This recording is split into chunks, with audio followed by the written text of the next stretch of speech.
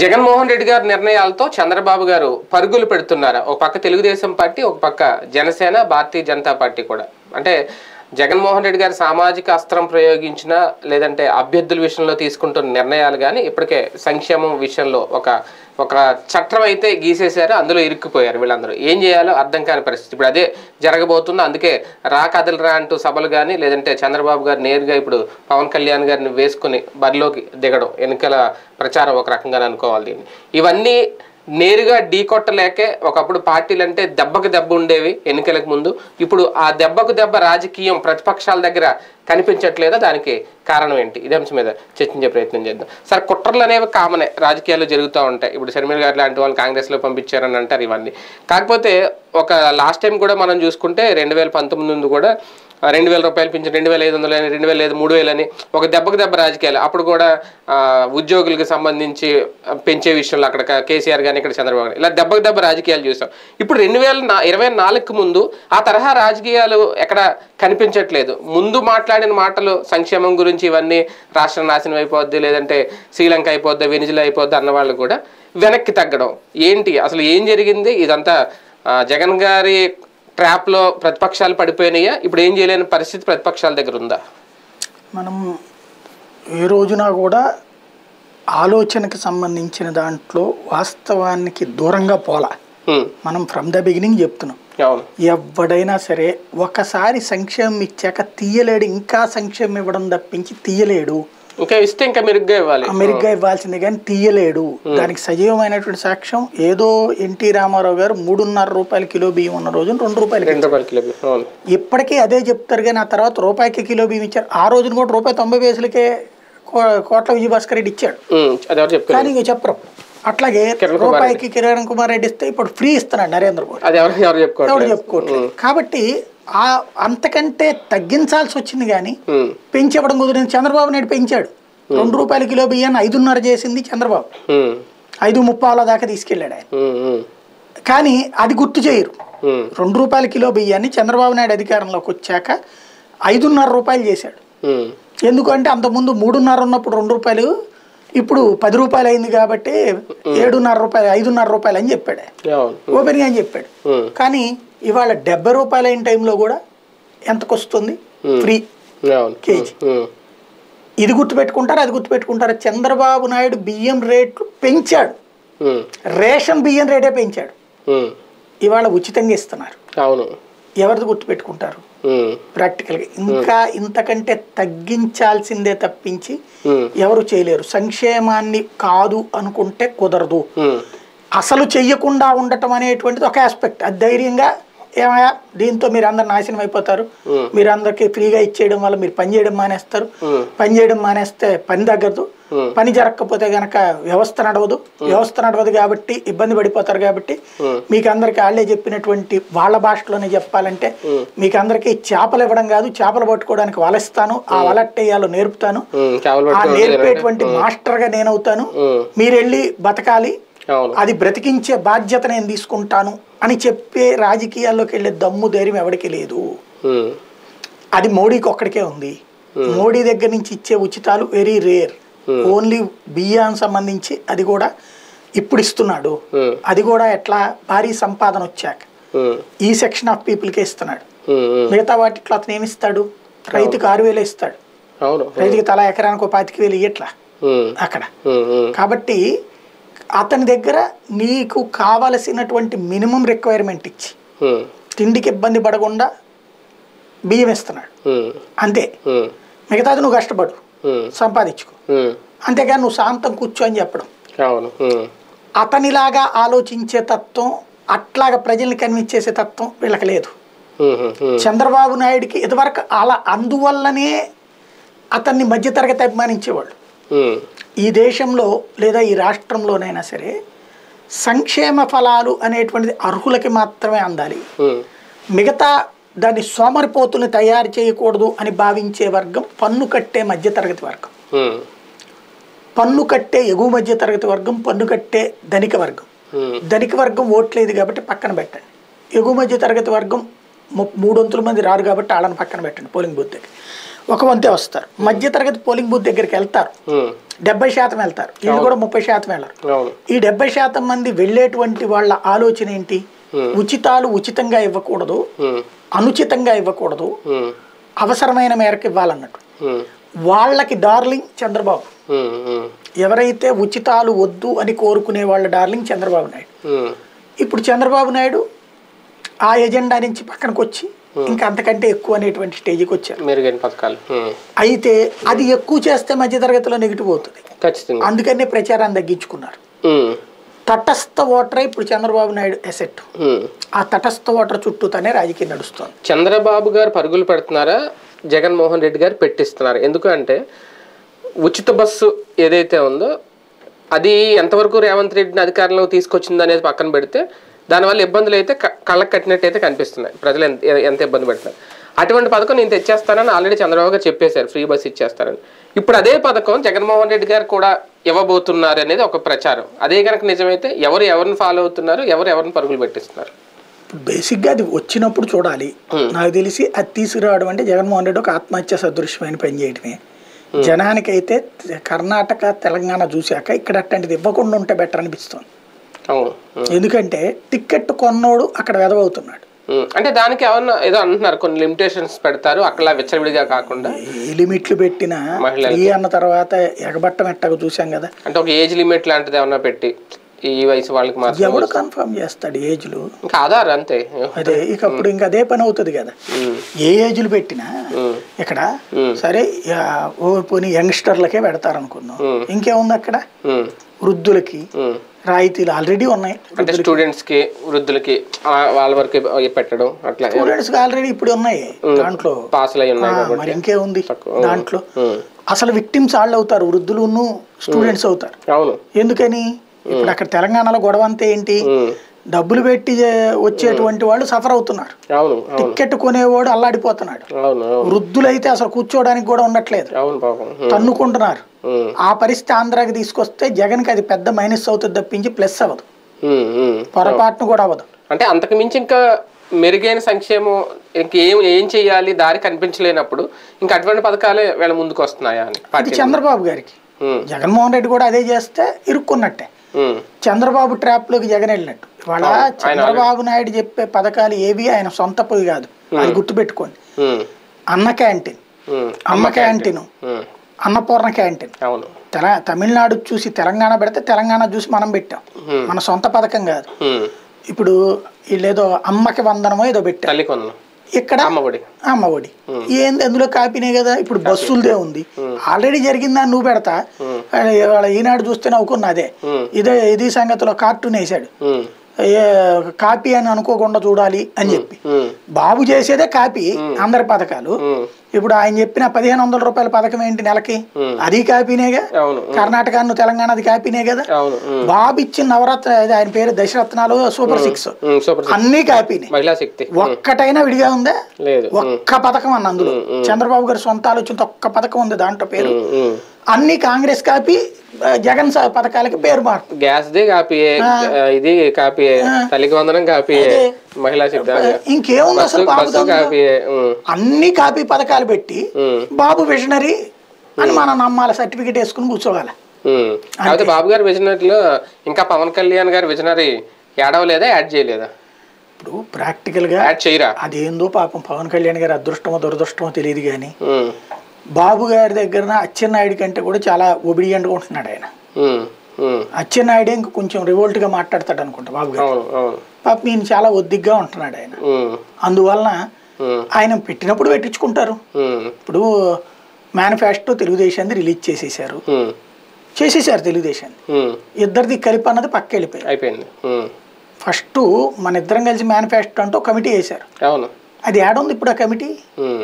తర్వాత సమన్వయ కమిటీ ఎక్కడుంది ఇప్పుడు అది? తర్వాత ఆ లోకేష్ సభా ప్రాంగణం వేదిక మీద నుంచినే వాళ్ళ హామీలు అనౌన్స్ చేసేసారు. మిగతాయి కూడా కొన్ని యాడ్ చేస్తాంలే అన్నారు. అంటే నీ కూడా చూస్తాంలేవయ్యా అంటే తప్పించి ఏమన్నా ఉందా? పోనీ జనసేన ఏమన్నా ఇదిగో ఈ 4 మేము గట్టిగా చెప్తున్నాం అవి యాడ్ చేయాలని చెప్తుందా? లేదు. జనసేన ముద్రని పవన్ కళ్యాణ్ కావాలి, జనసేన అక్కర్లా. పవన్ కళ్యాణ్ ఓటర్లు కావాలి, జనసేనకు సంబంధించినటువంటి ఎగ్జిస్టెన్స్ అక్కర్లా. జగన్నే ఢీకొట్టే ధైర్యం చంద్రబాబు గారికి పవన్ కళ్యాణ్ గారు ఇద్దరు కలిసినా సరిపోవట్లేదా? అందుకే బీజేపీని లేదు అంటే కాంగ్రెస్ని కలుపుకోవాలని చూస్తున్నారు.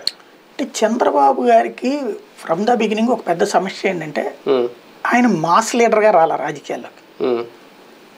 ఒక అడ్మినిస్ట్రేటర్గా వచ్చాడు, తెలుగుదేశం పార్టీలోకి అడ్మినిస్ట్రేటర్గా వచ్చాడు. ఆ అడ్మినిస్ట్రేషన్ వలన లభించేటువంటి రికమెండేషన్లతో ఎదిగాడు ఆయన.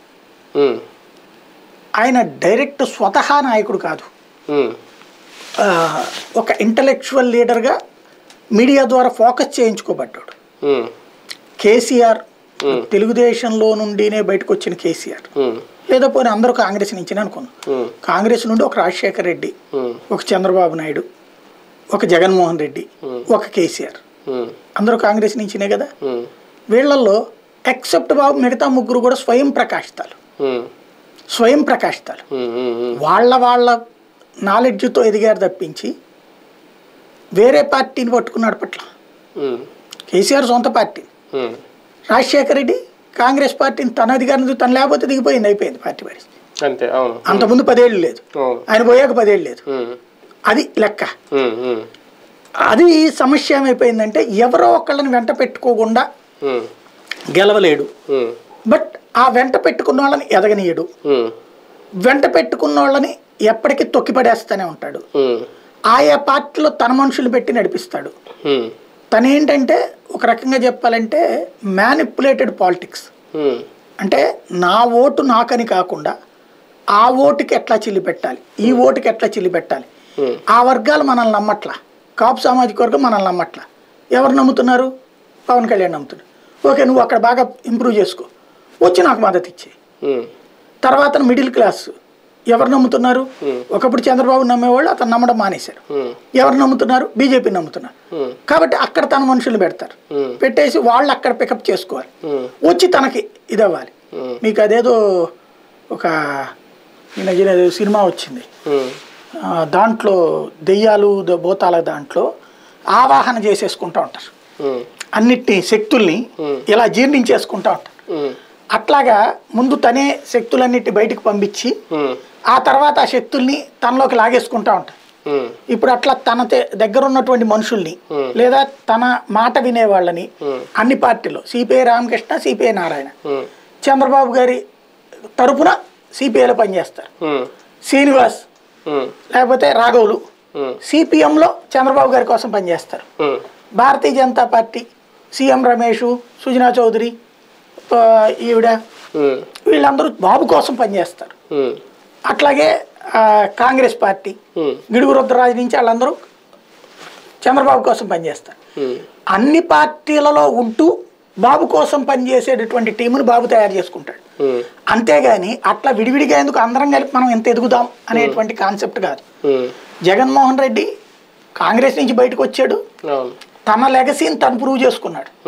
చంద్రబాబు నాయుడు తెలుగుదేశం నుంచి బయటికి రాల, తెలుగుదేశాన్ని తీసుకుని ఆ తెలుగుదేశాన్ని నడిపిస్తున్నాడు. వితౌట్ తెలుగుదేశం కాదు ఆయన, బయటకు వచ్చి రివోల్ట్ అయి తీసుకోవాలా, రివోల్ట్ చేసి అవతల వాళ్ళని తరిమేస్తాను తీసుకున్నాడు. దాన్ని సస్టైన్ చేసుకురావడం తప్పించి సొంతగా పార్టీ పెట్టి రాలేడు ఆయన. అవును, కానీ 2019 ముందు ఇప్పుడు 24 ముందు స్టిల్ ఇప్పుడు కంపేర్ చేసుకుంటే అప్పట్లో కొత్తదనం కనిపించింది జగన్మోహన్ రెడ్డి గారి నిర్ణయాలు. ఎందుకంటే అప్పుడు బాబు గారు కూడా రాజకీయ చాణక్యుడే, అప్పటికి ప్రాబ్లం ఏం లేదు. కానీ ఆయన చాణక్యం కూడా అంటే మద్యపాన నిషేధం అంట, 30 లక్షల ఇల్లు అంట, డైరెక్ట్గా స్థలం ఇచ్చేస్తారంట, ఇండివిజువల్ హౌస్ కట్టిచ్చేస్తారంట, 15,000 ఇస్తారంట చదువుకోవడానికి, ఏదో అమ్మఒడి అంట, లేదంటే మహిళలకు 45 ఏళ్ళు దాటిన వాళ్ళకి 18,000 ఇస్తారంట. ఇదంతా కనిపించింది కొత్తదనం. ఓకే, దానివల్ల గెలిచారు, ఏదది వచ్చిన తర్వాత కూడా అవన్నీ ఇచ్చారు. ఇప్పుడు అంటే ఇప్పుడు ఈయన పథకాలు పెట్టలేదని అనొచ్చు, పెడుతున్నారు. అక్కడ కొత్తదనం కనిపిస్తుంది, ఇక్కడ చప్పదనం కనిపిస్తోంది. అంటే ఈ పథకాలు ఇప్పుడు ఇందాక మీరు అన్నట్టు కాపీ పేస్ట్ కొత్తగా ఏముంది లేదు. ఏంటి రాజకీయ చాణక్యం ఎక్కడ మిస్ అయిపోయింది చంద్రబాబు గారిది, ఎందుకు మిస్ అయిపోయింది? ఇప్పుడు ఈయనదంతా కూడా పవన్ కళ్యాణ్ కలుపుకుందామా, లేదంటే బీజేపీ వాళ్ళని కలిపేసుకుందామా, అందరం కలిసిపోయి జగన్మోహన్ రెడ్డి గారిని దించేద్దాం, ఇది తప్ప వేరే వ్యూహం, వేరే రాజకీయ చాణక్యం 2024 ముందు బాబు గారిలో ఎందుకు కనిపించట్లేదు? మీరు from the beginning Babu politics చూస్తే అదే జస్ట్ తనను ఒక చాణక్యుడిగా మీడియా ఫోకస్ చేసి హైలైట్ చేసింది తప్పించి వాళ్ళ 98 అండి ఫర్ ఎగ్జాంపుల్. కానీ అంటే ఓకే అక్కడ దాకా నాకు అంత ఐడియా లేదు, కానీ 2014 దగ్గర కొంచెం కనిపించింది. ఆయన వస్తే పోలవరం ప్రాజెక్ట్ వచ్చేస్తుందంట, కొత్త అమరావతి ఒక అతిపెద్ద సింగపూర్ లాంటి రాజధాని వచ్చేస్తుందంట, ఇలా కొన్ని అయితే కనిపించినాయి. రుణమాఫీ చేసేస్తారంట, మొత్తం సంపూర్ణ రుణమాఫీ అయిపోద్దంట. ఓకే అవి చేశారా లేదా సెకండరీ, అది అప్పుడు కనిపించింది కదా. ఇప్పుడు అసలు కనీసం అటువంటివి కూడా ఏం లేవు, అది నేను నా డౌట్. నేను చెప్తుంది అదే 98 నాటి నుంచి ఎప్పుడు చూసినా కూడా అయాచితంగా లభించిన వరంతో వచ్చిన ప్రచారాన్ని ఓవర్ ఎగ్జాగరేటెడ్ పబ్లిసిటీ చేశారు తప్పించి రియాలిటీ కాదు. 98లో మధ్యంతర ఎన్నికలు జరిగితే వీళ్ళకి వచ్చింది 12 సీట్లే. అప్పుడు ఆ రోజున భారతీయ జనతా పార్టీ 4 సీట్లు దాకా గెలుచుకుంది, కాంగ్రెసే మెజారిటీ సీట్లు, పార్లమెంట్ సీట్లు. కానీ అదృష్టవశాత్తు సెంట్రల్లో సరైనటువంటిది లేకపోవడం, సంకీర్ణ ప్రభుత్వం అనేది అవసరం కావడంతో ఆ టైంలో వాళ్ళల్లో వాళ్ళకి అంటే నార్త్ ఇండియన్స్ వాళ్ళల్లో వాళ్ళు లీడర్షిప్ కొట్టుకుంటూ చంద్రబాబు చేతికి అప్పచెప్పారు.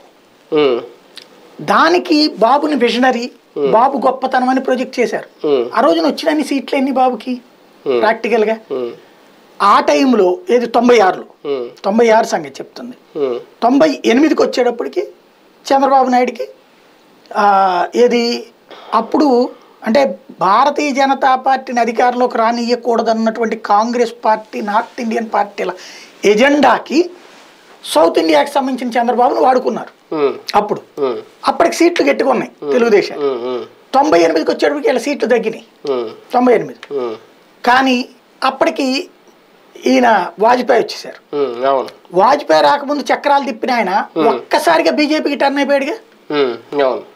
అక్కడ ఏం చాణక్యం కనబడింది? అంతకుముందు ఎన్టీ రామారావు లెగసీ వల్ల వచ్చినటువంటి అవకాశం, అంతే కదా.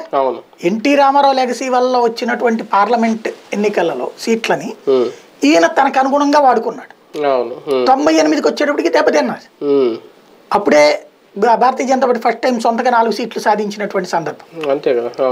ఆ టైంలో వాజ్పేయికి కావాల్సినటువంటి మద్దతు ఏది బయట నుంచి ఇచ్చి లోక్సభ స్పీకర్ తీసుకున్నప్పుడే కదా బాలయోగి. ఆ టైంలో ఎన్డీఏ కన్వీనర్ పదవి.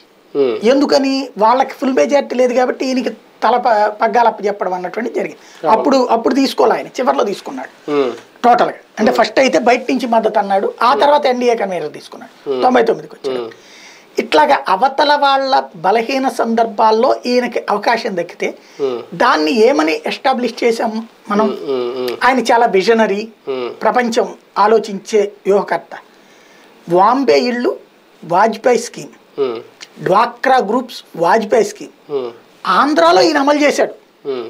ఇప్పుడు ఇళ్ళ 30 లక్షల ఇల్లు మోడీ స్కీమ్ జగన్మోహన్ రెడ్డి అమలు చేశాడు, చంద్రబాబు అమలు చేయలేక ఫెయిల్ అయ్యాడు. సింపుల్ లాజిక్ చెప్పాలండి. రెండవది బాబు సొంత ఆలోచనలతో చేసిన పథకాలు ఏదైనా సరే జనం చేత ఖర్చు పెట్టించడం తప్పించి ప్రభుత్వం చేత ఉన్నది. మీరు అబ్జర్వ్ చేయండి. జన్మభూమి ఏంటది? మనం వెళ్ళి చెత్త పోయాల, చెత్త ఎత్తిపోయాలి. ప్రభుత్వం ఏంటి అక్కడ చూస్తూ ఉంటది, ఫోటోలు తీస్తుంది, బాబు గారి తెలివితేటల వల్ల ఇదంతా జరిగిందని చెప్తారు. శ్రమదానం, మన డబ్బులు తీసుకెళ్లి కొంత పోసి మనందరం కష్టపడి కొంచెం పని చేస్తే అప్పుడు అవతల పని జరిగితే అది బాబు గారి విజన్ వల్ల జరిగినట్టు. ఇందులో ప్రభుత్వ పాత్ర ఏంటి? మనం 80 రూపాయలు ఖర్చు పెడితే 20 రూపాయలు పబ్లిసిటీ ఖర్చు ఆయన పెట్టుకుంటాడు. ఇందులో ఏమన్నా ఉందా? లేదు. కానీ జన్మభూమి, శ్రమదానం వంటి విజనరీ అంటే ఒక స్కూల్ బాగు చేయడానికి ఈ దేశం నుండి విదేశాల్లోకి వెళ్ళి అక్కడ సంపాదించుకున్నోడు తీసుకొచ్చి డబ్బులు పెట్టుబడి పెడితే మీటింగ్లో చంద్రబాబు నాయుడు పార్టిసిపేట్ చేసి నా విజన్తో ఈ స్కూల్ బాగు చేశానంటాడు. అంతేగాని గవర్నమెంట్ సొమ్ములతో బాగు చేయొచ్చు అన్నటువంటి తెలియదు. అప్పుడు మనకు కూడా తెలియదు. ఓహో మనకి ప్రభుత్వాల దగ్గర డబ్బులు ఉండవు అనుకుంటా, అందుకని చేయలేదు అనుకుంటా అనుకునేవాడు. జగన్మోహన్ రెడ్డి నాడు నేడు కట్టాక వారిని ఇట్ట గవర్నమెంట్ కట్టేదానికి తీసుకెళ్లి చంద్రబాబు నాయుడు ఏంది మన చేత తగలెట్టిచ్చాడు డబ్బులు అనే ఆలోచన వస్తుంది. అంటే ఆ రోజున మనకి తెలియదు, ఓహో ఇవన్నీ జరగవనుకుంటా. లేకపోతే ప్రజల వద్దకు పాలన అంటే నిధులు ఎలా వాడాలి, లేదంటే ఎలా సక్రమంగా వాడాలి అనే కాన్సెప్ట్ మిస్ అయింది అక్కడ. అంతే. అలా కాదు, ఈయనవాడి అయినా తనదంటూ స్కీమ్ ఏముండదు అంటున్నా నేను. అవును, ఈయన కూడా ఈయన స్కీమ్ ఏముంది నాడు నేడులో సర్వశిక్ష అభియాన్ నిధులే కదా. అవును, దాంట్లో 40%. అవును అవును 40% కేంద్రం 60% వీళ్ళది అక్కడ. ఇంకోటి అట్లయినా తీసుకుని చేయొచ్చు, అప్పుడు ఉన్నాయి సక్రమంగా వాడలేదు, అప్పుడు ఉన్నాయి, చేయడం రాదు. రెండో పాయింట్ ఏంటంటే అసలు ఖర్చులు ఎంతసేపటికి మన వాళ్ళు సంపాదించుకోవడం అన్న రూట్లోనే ఆలోచించాడు. కానీ 2014లో పవర్లోకి వచ్చాక సంపూర్ణ రుణమాఫీ చేసుంటే, అంటే అంతకుముందు తన 9 ఏళ్ల పరిపాలనలో కనుక ఆయన చెప్పిన మాట మీద ఏదన్నా నిలబడి ఉంటే ఒక అర్థం ఉండేది. సరే చేయలేదు. 2014లో నేను మారిపోయాను, నేను మాట మీద నిలబడతాను అన్నాడు. అన్న తర్వాత ఆ సంపద సృష్టి, ఇప్పటికీ సంపద సృష్టిస్తాను మళ్ళీ చెప్తాడు. మరి 2.5 లక్షల కోట్లు అప్పు ఎందుకు వచ్చింది? రుణమాఫీ ఎందుకు చేయలేకపోయాడు? డ్వాక్రా రుణమాఫీ ఎందుకు చేయలేకపోయాడు?